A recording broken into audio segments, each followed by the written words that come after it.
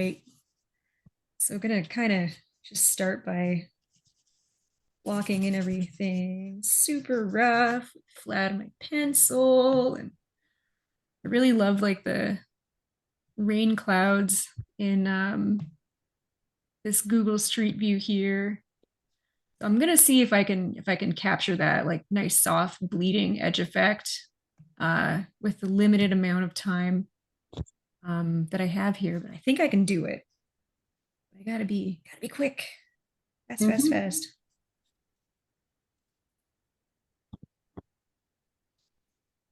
There's a question in the chat that I also asked myself. Did you like prep your paper with like a pink ink wash or something?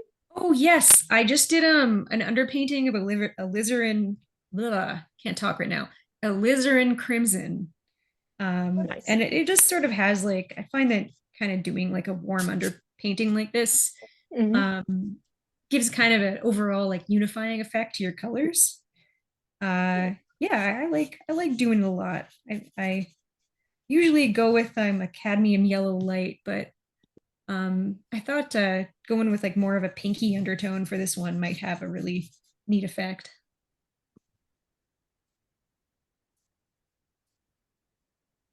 Yeah, I love an underpainting and I love pink, so I enjoyed this drawing already a lot.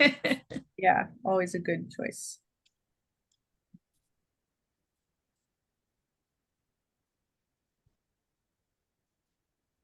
Think I might cheat some snow in here.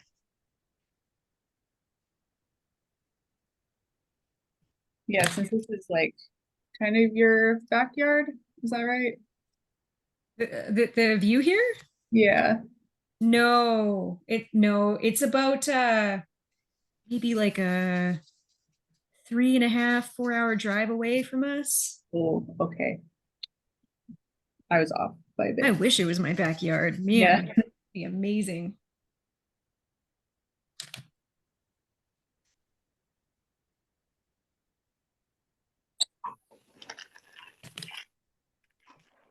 Such a pretty area though. I want to go back and explore it some more.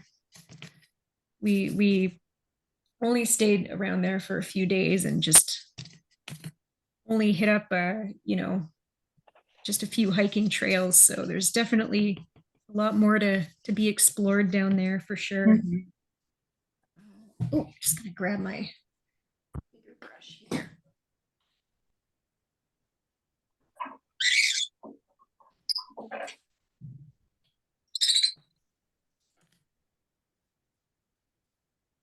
So I'm gonna try and do like a little wet on wet kind of thing for my cloud wash here. I find that I usually tend to go a little bit too dark at first for the clouds, so I'm lightening it up a little bit more than I think that I need.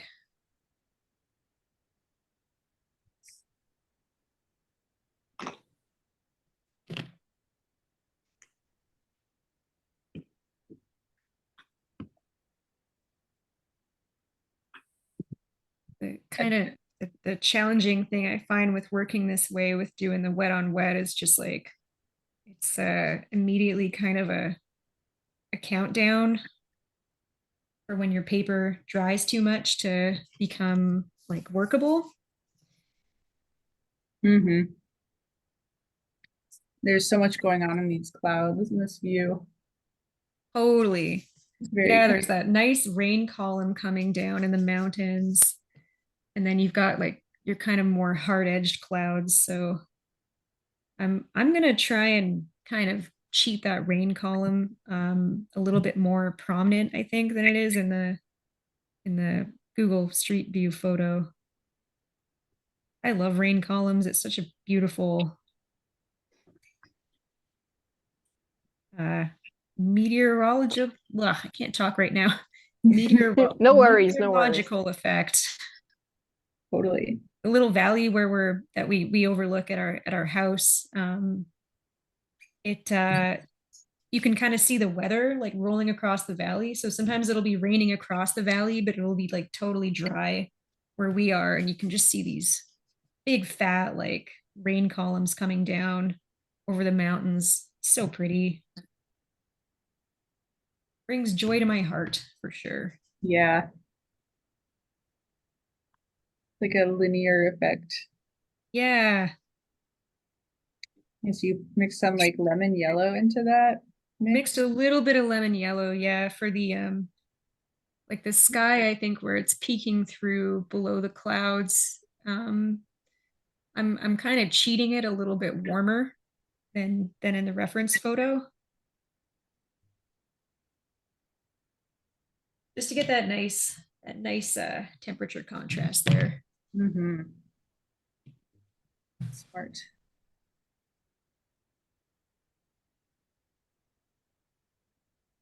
So the chat would like to know, what paint are you using? I am using a mix of M.Graham and Winsor+Newton gouache. Hmm. I have no brand preference. Um, they're both awesome brands. I just sometimes I can find a color in one brand but not in the other. So that's sort of why I mix brands, but there's almost kind of no difference between the two. They're both fantastic.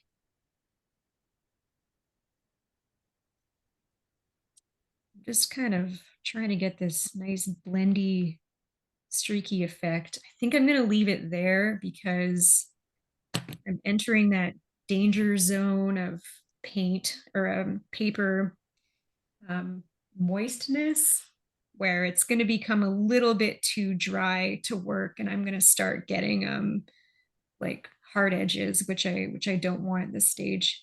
I Mhm. think I might go back eventually and like darken the top, but I have to wet the whole thing first, so I don't kind of lose that. So I think I'm gonna get started on the mountains now.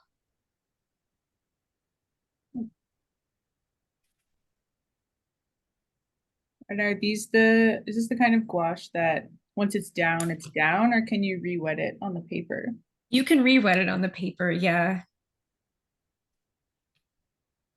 which is both a blessing and a curse. Right.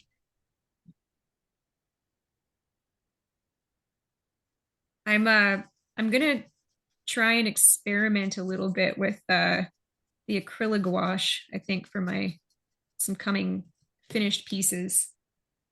I prepped some panels here with a watercolor medium. It's just sort of acrylic based and you paint it on, but it's supposed to have some of the same absorbent qualities as watercolor paper. So in theory, you can work on it with like watercolor or gouache, but I have no idea how it's going to behave. Mhm. So those will be yeah, I want to make two little small experiment paintings soon. I'm just going to mute myself here because I'm going to blow dryers coming on now. All right. Okay. I'll make the blow dryer noise. Thank you. Great service. Thank you. Um, I've used that watercolor medium stuff on panels, and it's definitely not like paper, but it's really interesting actually. What what happens when you use that wet media on it? Can you share the brand of that watercolor stuff? Oh yeah. It's just a golden absorbent ground. Hmm. Okay, so it is a bit like gesso, I guess. It is, yeah, yeah. It Okay. actually recommended painting it over top of gesso to avoid like cracking. Oh, So cool. that's what I did. Yeah, I'll definitely let everyone know how it goes. Painting with that on top of that stuff with gouache. Kind of curious myself. I'd when I was doing finished work, I would paint on watercolor paper and then uh, mount that watercolor paper to a cradled wood panel. Mm-hmm. So it was a bit of a painstaking process. And then, sometimes you could end up with air bubbles underneath the paintings too, which were like impossible to fix. Mhm. So a friend of mine recommended using this yeah, this absorbent ground and just painting directly on top of the wood panels. And she showed me some of her watercolors that had been done that way. And yeah, they just looked like watercolors done on watercolor paper. So hoping it works out for me too.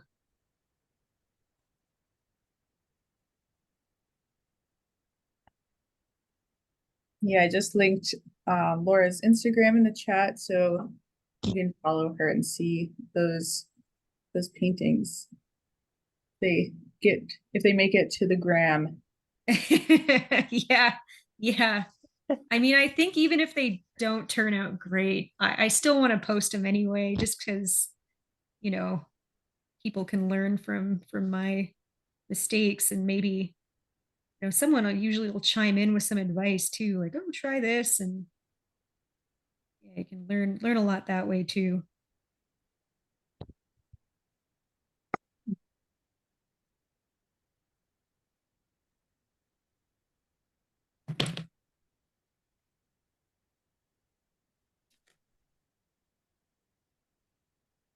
I have so much gouache like tubes in my drawer and I don't use them at all. Now I feel bad. Oh, don't feel bad. It's a really like weird, finicky medium. Yeah. Um, I don't know why I like it. I think I think because like watercolor is so difficult, and I feel like gouache is just like a little bit more of a forgiving watercolor. Like you Hmm. can kind of work a little bit more opaquely if you mess up and go Yeah. over top of things again and again. Yeah, like what I struggle with gouache is like this super dry, chalky textures it has when it dries. Mm, Like yeah, I, it's a I like struggle that. to get your values. yeah. Like those deep, rich values that you can get with like oils or watercolors or even acrylics. What brand do you use? Because I know some brands will like use like clay or chalk Hmm. to sort of dilute the pigments, and that can sort of lead to that chalky effect. Yeah, I have the Winsor+Newton designer's gouache. And Oh, I think I okay. have some Van Gogh as well, but I haven't used them yet. And Mm. I might not ever, to be honest. Ah, yeah, fair enough. Yeah. If you found a medium that works for you, then It's weird because I love all the mediums, but this one's not a favorite. Like I love looking at it. I think like other people's work in gouache is really beautiful. But for me personally, I just never had a lot of success with it. oh So no, I have like, for example, I have some acrylic gouache that yeah, I like a lot better because also oh that thing that you can like if you go in with a brush that's too wet, um and like you loosen up the layer that you painted earlier. yeah, So I that doesn't happen with acrylic gouache, no, it so does I not. really like that. Yeah, that's yeah, that's definitely a challenge with gouache, is just like controlling the moisture on your brush. That's why I always keep a bit of paper towel on hand at all times, just so I can dab and Yeah. control how wet my brush is. Oops, I That's think a good that fell off. I got a little tip. speck Oh, of something. removal speckle. I thought that was snow. No, just an errant Mm, speck. I love this light effect you're getting right now. You're painting. Oh, thank you. Yeah, it's this image, the Google Street View is broody as heck. Just Super broody. immediately attracted me to it because I too am broody as heck.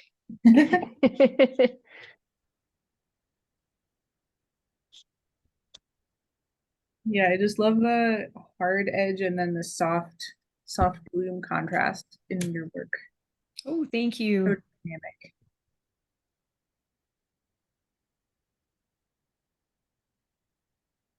Yeah, it can be a difficult effect to achieve sometimes, and I feel like I nail it about half the time.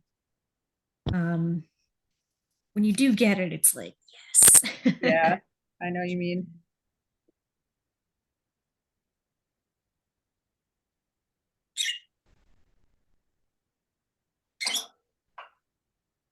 For example, I'd love to have more of that like soft cloud edge bleeding like into this mountain on the left here, but I'm not sure I'll have time.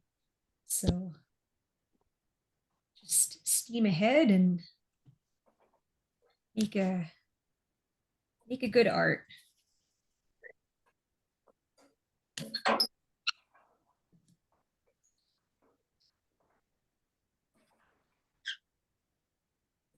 I find value control is like just my one of my number one challenges with working in gouache. The lighter colors will tend to dry a little bit darker, and the dark colors will dry a little bit lighter. So it's like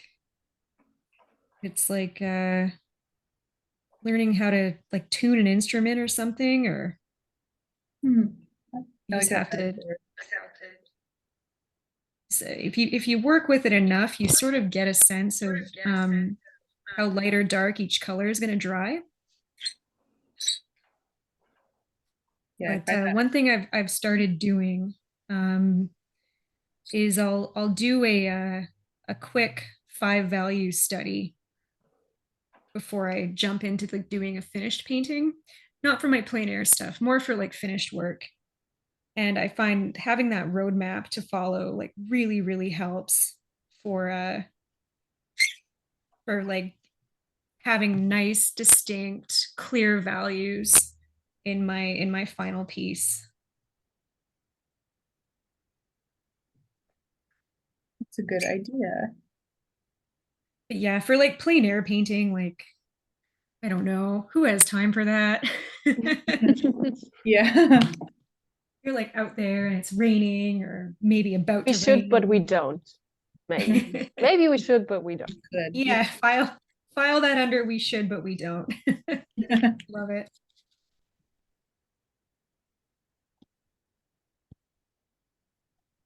Hmm. Think I might cheat in like some little light puddles into the foreground here. Ooh. How are we doing for time? Do I have time for light puddle cheating? Well, it's been about 20 minutes, so I think you do. Okay, cool. And I want to see that, so I'm gonna say you do. Awesome. It's so good to be the boss. Yes. I love the little white flowers like Yeah. dotting the Oh foreground. yeah, those are beautiful. Hmm. Hmm. There's also a question for you about what kind of paper you're using. Oh gosh, good question. What brand of paper do I use? Strathmore, I think. But I find the Not a brand big. of paper like unless it's more about like the weight of paper than like the brand, if you know what I mean. Um, like if you want to make sure that you're working with like a heavy enough paper so that it's not gonna buckle when you're doing a like a heavy wash underneath it. So I find like I Yeah. think this is a 300 pound paper, but like that's maybe even a little bit like heavier than you would need for this kind of thing. Um, yeah. Usually I work with like for like a 125 weight paper when I'm out and about. I just felt like getting fancy today. Yeah, it is really fancy to work on. Feels it's great Yeah, to you work. feel fancy when you're working with it for sure.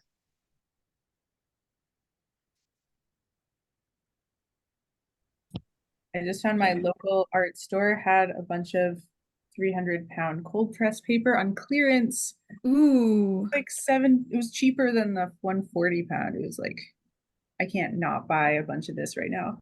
Oh yeah, you got to stock up when you got the option for sure. Ooh, I love your light puddles. Oh, thank More you. nice value shift. Oh, just like that punch of light is so good. I'm a big fan of light puddles.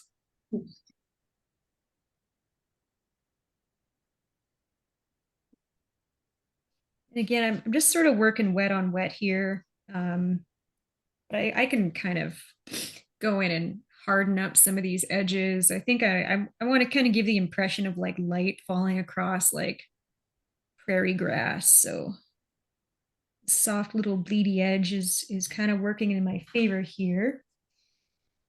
Yeah. And I think for the foreground, I can go in and add a couple little defining details. So you get that kind of like that falling off of detail as things recede into the foreground or into the background. More kind of descriptive details in the foreground, and then things kind of just fall off as they get further away.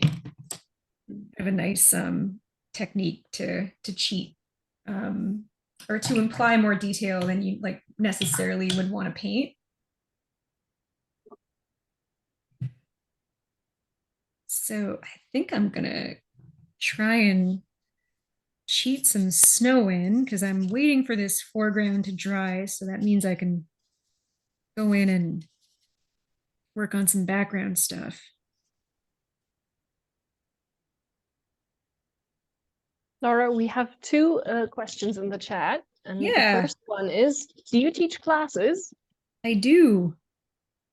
I teach a called Stylizing on the Fly uh, with Warrior Art Camp, and I'm going to be teaching another session in March, I believe, just before it'll sort of coincide with the start of Plein Air April. Mm-hmm. Um, and I teach like fundamentals of picture making to help the plein air process go a little bit smoother and help artists kind of think in terms of shapes rather than individual objects. So we do a lot of exercises like NOTAN, the 5 value studies that I was talking about earlier.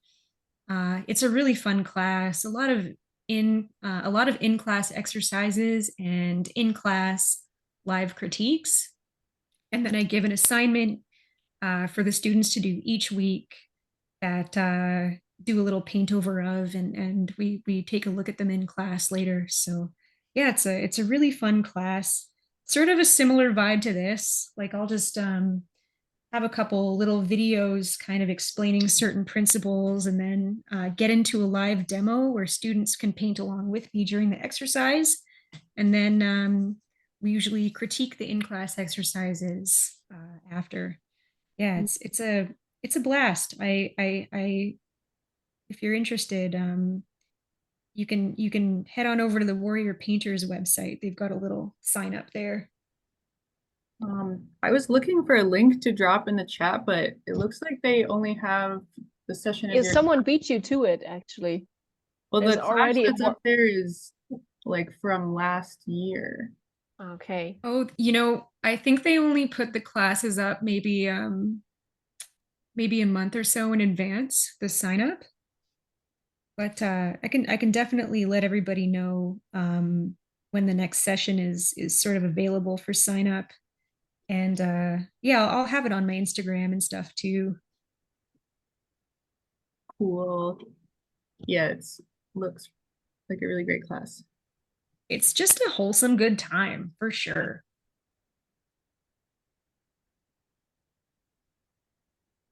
Okay, and there was another question in the chat, and the question is, what is a light puddle? Oh, so It's a very specific and professional term, I think. yes, a very, very scientific term. So it's just what I call them. I think other artists probably call them that too. It's kind of this when you have an overcast day, with like intermittent puffy clouds, you'll sometimes get these like little puddles or ribbons of light playing across the landscape. And it's such a tough phenomenon to capture, like um, when you're on the scene painting live, because they change like so fast.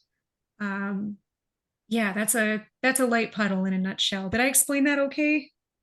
I think that was a lovely definition. Thank you.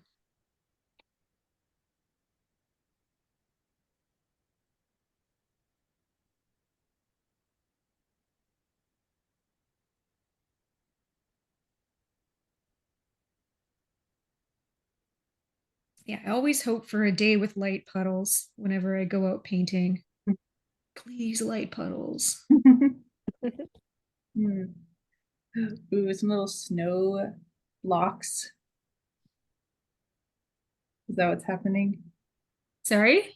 Are you painting Oh, little snowy snow yeah. lines? I don't know how well I'm pulling it off here, but I'm doing my darndest. Yeah. It's tough without any reference in the image itself. Like, I feel like if you get the value or the color off even a little bit, you can kind of just tell. Uh, but that's okay. You can still try.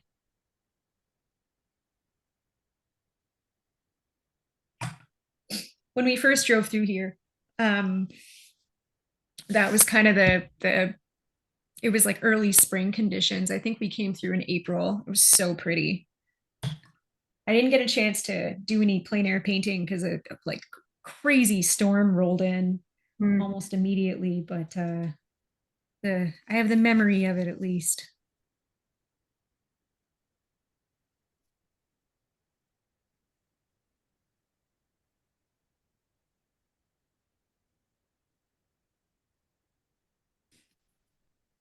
I love that lingering springtime snow. You get just these beautiful like graphic qualities, and it's really nice opportunity to sort of add some leading lines into your composition. Hmm.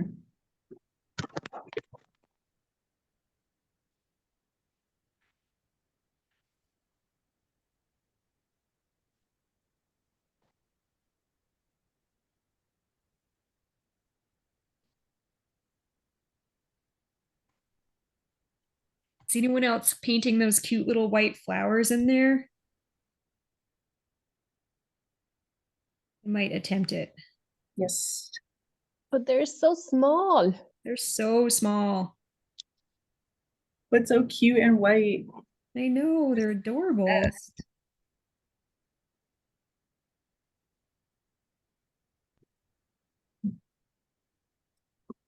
I scrolled up in the chat and there's one more question I don't think we addressed. It was, do you use any tools to limit the tonal values, like a tonal card or a filter? Oh, good question. If I'm working digitally, like I'll definitely I usually throw over like a layer of black over top of my whole composition and set that to color mode, the blending mode color. And that'll give you like a pretty accurate representation of your values. Oh, Um, cool. yeah, it's a good little trick for working digitally. Traditionally, yeah, I actually did buy a little color card off of Amazon earlier this year, and it's sitting in my plein air kit, and it's a really great reference. Because I don't really have time to like do the like a five value study oftentimes when I'm out plein air painting. So it really does sort of help keep track of my values for sure. You can also go to like your local hardware store and just get like a black and white, little paint swatch set too. Oh, the free paint swatches. Yeah, Such a good exactly. resource for so many Totally. things. That's a great idea.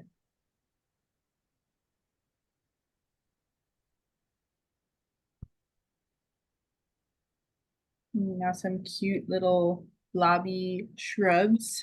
Cute little blobby shrubs for sure. I did a little under sketch here, but I think I lost the thread a little bit.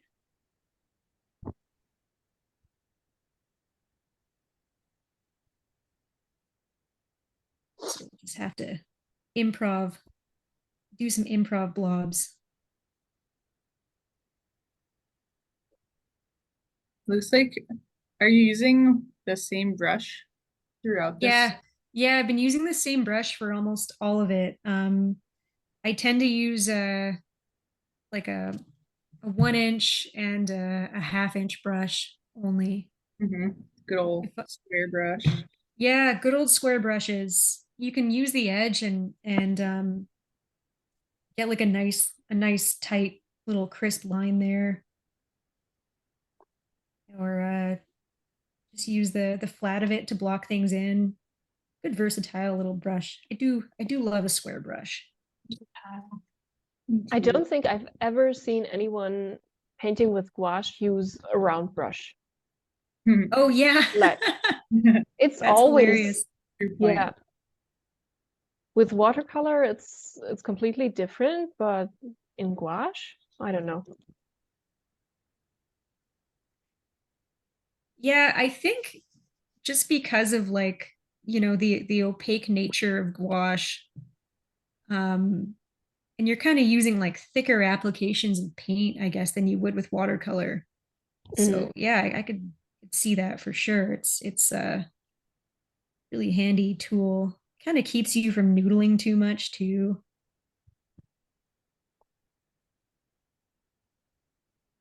I'm a noodler. I tend to noodle a little bit sometimes. That's like the nature of gouache. Yeah. That's my struggle with it is infinite noodling. Exactly. Watercolor just down and then you deal with it. Oh, this is looking so moody. Yeah. Moody broody. Just like I'm being pulled into that valley. I love a little U bend, a compositional little Swoop. U shape. Just a little update. I think we're now at the 35-minute mark, more or Oh less. gosh. Yep. It's Um, looking good. thank Yeah, you. it's really nice. I think what I might do here, just as a little final flourish, is I'm gonna do a little light ribbon in the background here. Light ribbon. Light ribbon, light Oh, I ponies don't and know. light ribbons. Got this bit of pink peeking through. I'm just gonna kind of Ooh. cheat a bit of light back there, I think. Mm.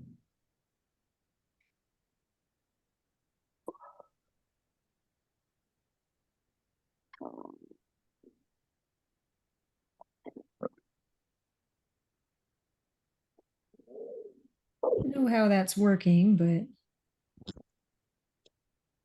yeah.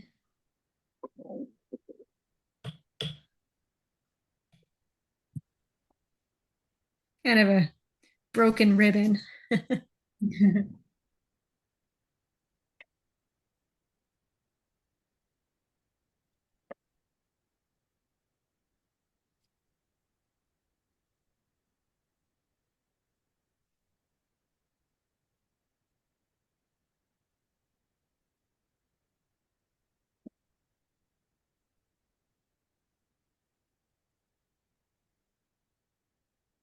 I'm inspired to put ribbons of Do like, it.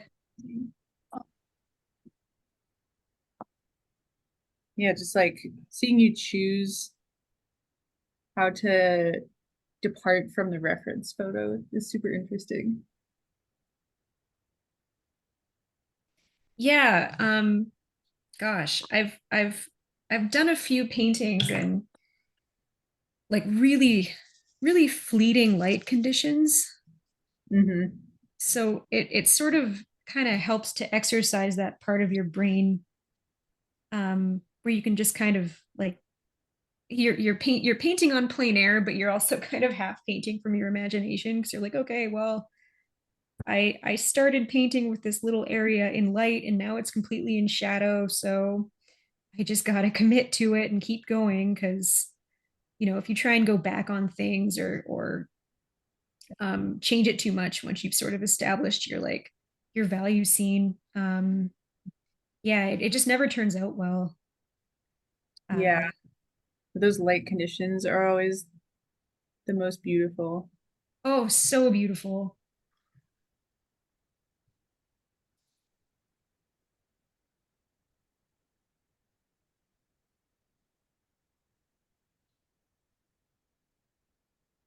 Question for you.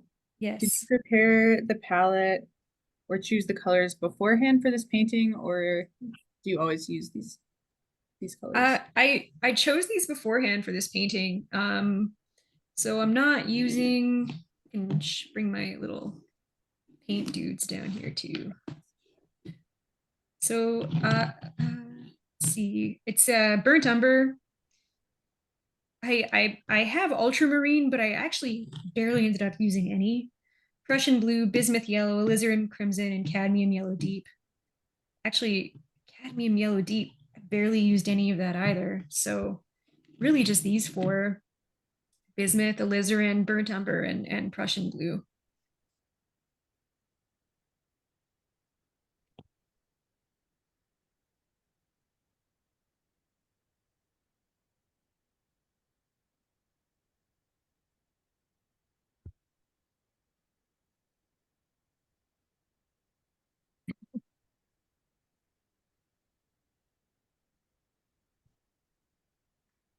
All right, let's see if I can put some of these cutie pie little white flowers in here.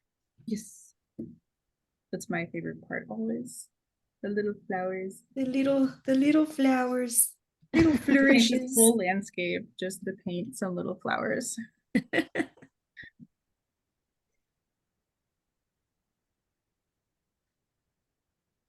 More questions about colors for you. Do you limit yourself to a specific number of colors, and how do you choose them? Oh, good question. Yeah, when I'm trying to go for like a specific mood, I will limit my colors sometimes. Like for this one, I knew it was going to be like obviously pretty broody for the reference. Not a lot of reds happening in here. Burnt umber and Prussian blue are like really nice complements and will kind of like gray each other out.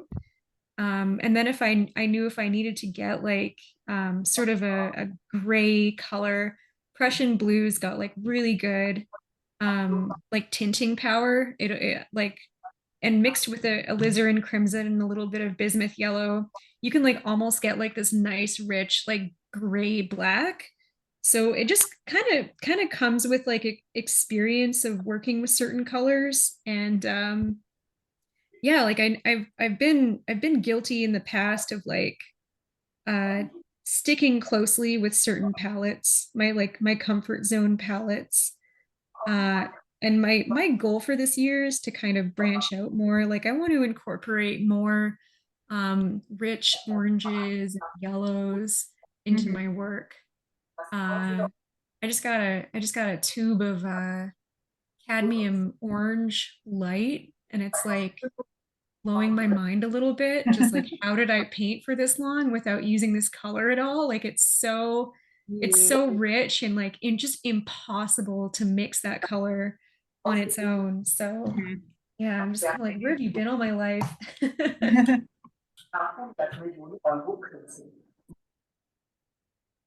That's exciting. Yeah, for sure. New color opportunities.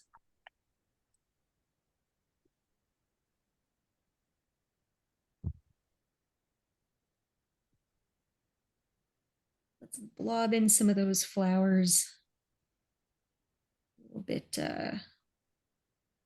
lighter here. Definitely exaggerating the number of flowers that were Oh, yeah. in the reference image here. I think let's add some fence posts. I mean, they're such a cool little,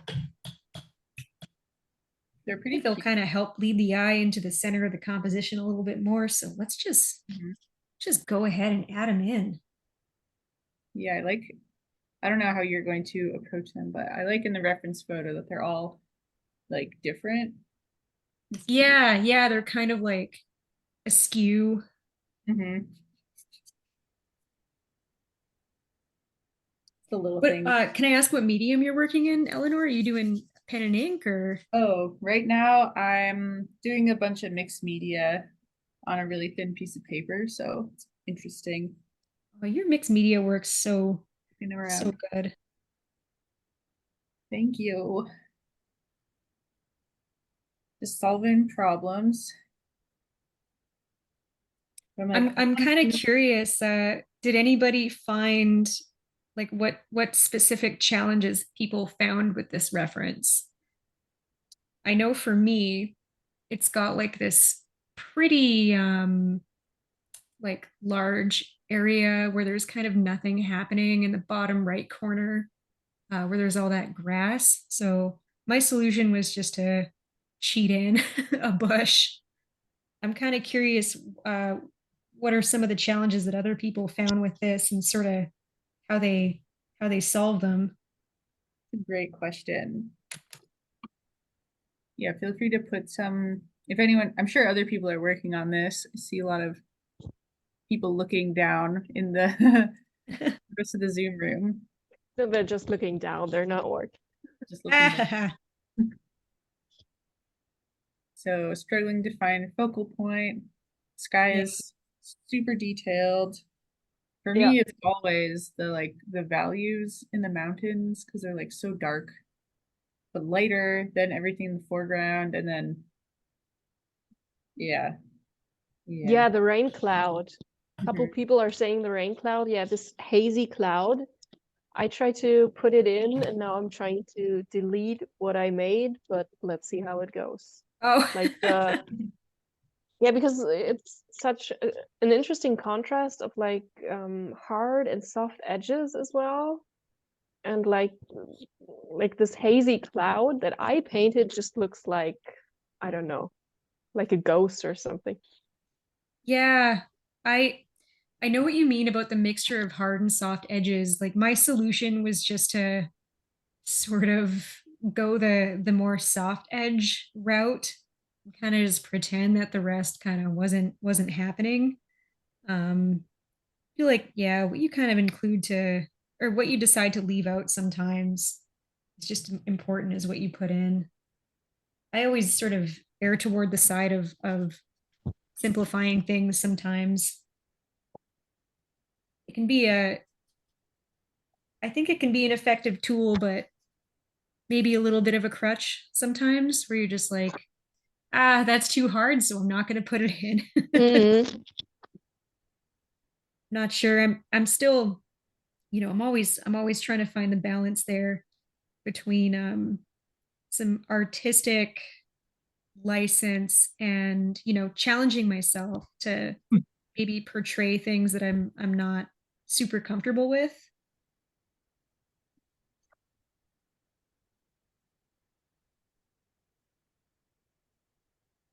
Yeah, but it's so important to draw things that you don't know how to draw because that's the way Absolutely.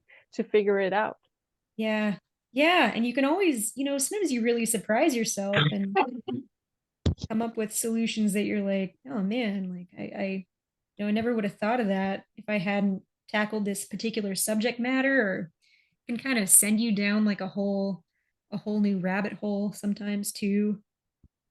Um,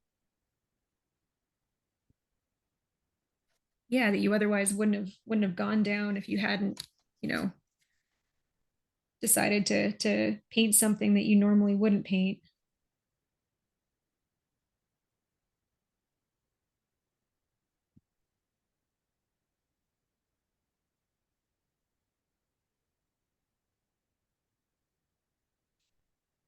My goal for this year, I think, is to do more architectural and man-made elements. There's so many cool, like little old farmhouses in town and barns and why limit myself to mountains?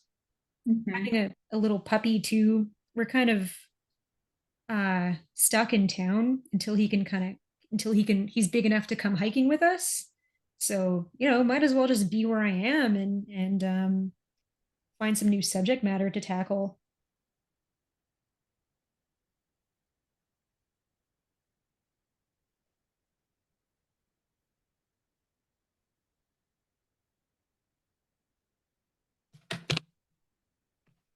All right, everyone. I'm gonna try, speaking of challenging yourselves here, I'm gonna try and add like a darker line of clouds to the top here, but I want it to be like nice and soft and washy.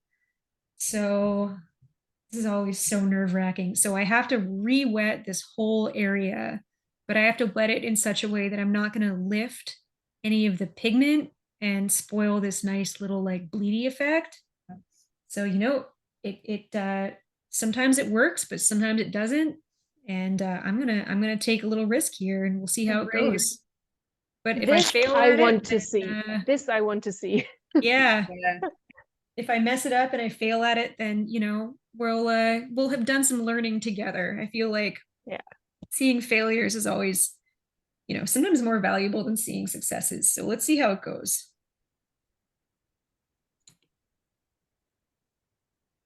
Easy, easy. Oh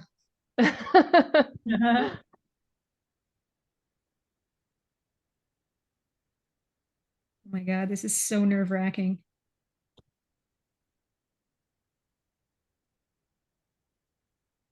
This is where like a spray bottle would come in handy. Okay, I think that's wetted enough.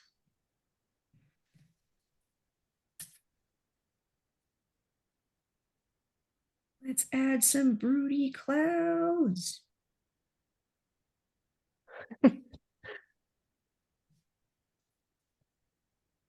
Don't you mean happy little clouds? That are Angry just little having clouds. angry little clouds. Sad, Okay. angry little clouds. Like the anti Bob Ross.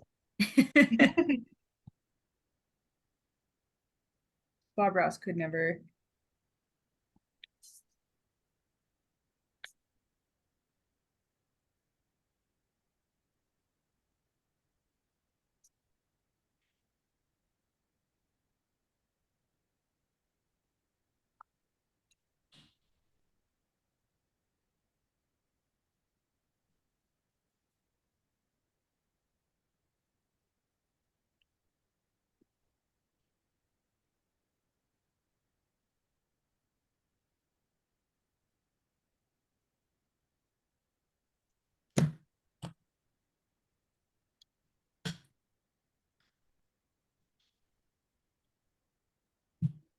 This might be verging into the territory of getting overworked, but let's just see if I can Do you want blend someone this a to little tell you bit. to stop? We offer this service. Thank you. I appreciate that.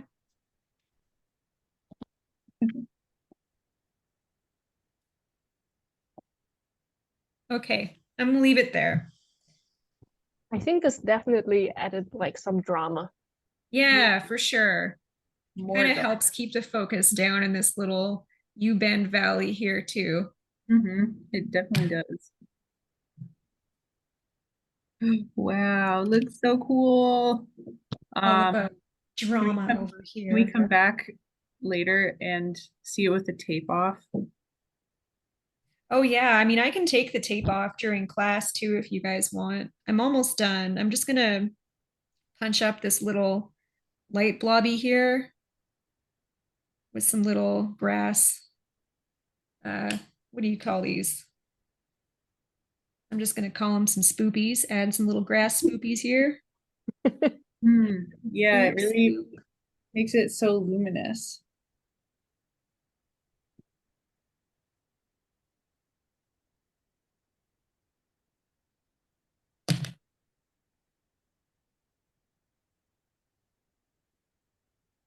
Might be over spooping here a little bit.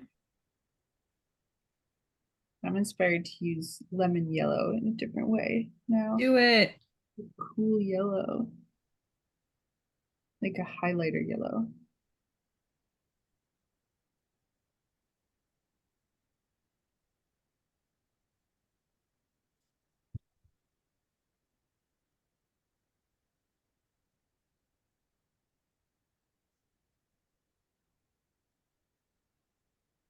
Yeah, I think if I were to do this again, I'd want to maybe in the phase stage where I was sort of doing those soft edge bleeds and blocking in these little light blobbers.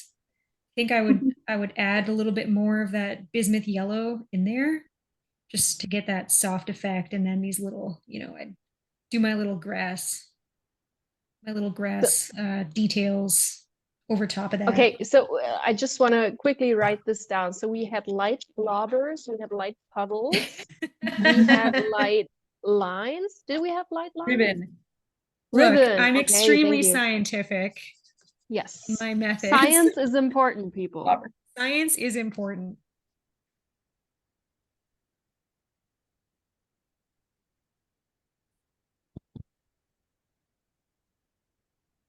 Apparently, there's actually a word for, oh, what's it called? You know, when you get those like puddles of light on the forest floor, kind of the light filtering through like the trees. Apparently, there's a specific word for that. I can't for the life of me remember what it is. If anybody I want to knows it, know. please let us Someone know said in the chat. Someone says Chat. komorebi. What are they called? Komorebi, at least I assume it's Japanese. Yeah, and Oh, then that's there's beautiful. dappled light. Dappled light. It is dappled light, but it's like there's a specific word for it. I wish I could. Oh, we have another specific word in German, which is Flimmerschatten. Oh my gosh. That's a good one. I haven't heard it. Oh, I'm filing that away for later. That's awesome. German words are like so delightful. Like, what does German butterfly in German? It's like Schmetterling or something. Schmetterling. Yeah. So cute. That is a Schmetterling.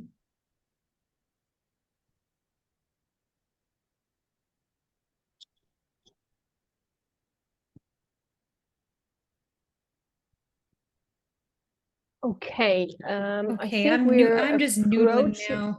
Yeah. Sorry. Okay, so I am going to be rude and tell you to stop. Okay, I'm stopping. We are stopping. This painting is very nice, and it's so nice. Shall I take the tape off? Oh yeah. Yeah. Okay. I love seeing that. Thanks for indulging me and letting me go for as long as I did. I really appreciate that.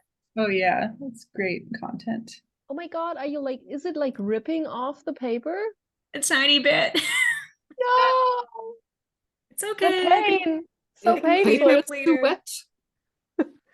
Or is it better to let it dry, or will it? I mean, it's pretty dry. Sure it is. Okay. I think I'm black just not tape. using great tape, but it's okay. It's all along the edge of the watercolor paper. Yeah, that edge looks crisp, which is as long as the edge looks crisp.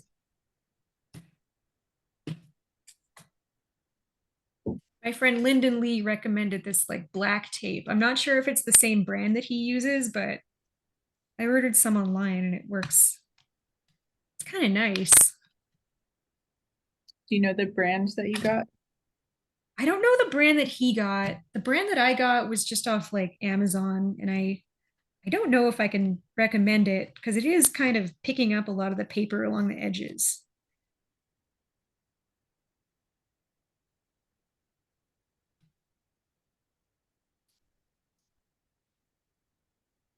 It is nice having like a little having it there for value reference though.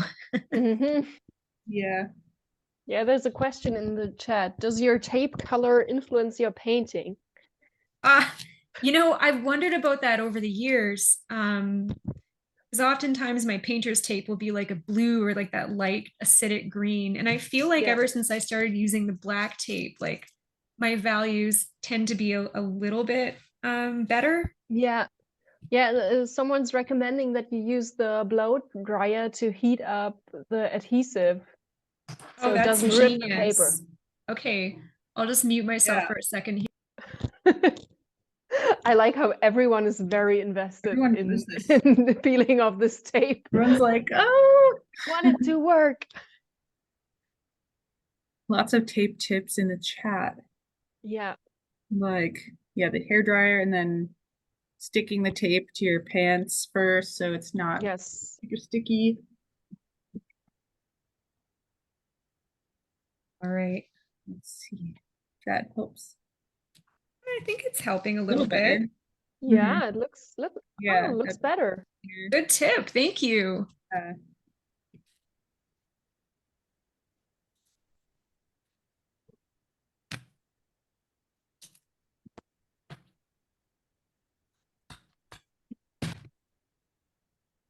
ooh, secret. Oh, Good value study. yeah, this was a value study for another little piece that I did of some glowy rocks. I can show it to you here in a sec if you want. It's just squirreled away in my flat file.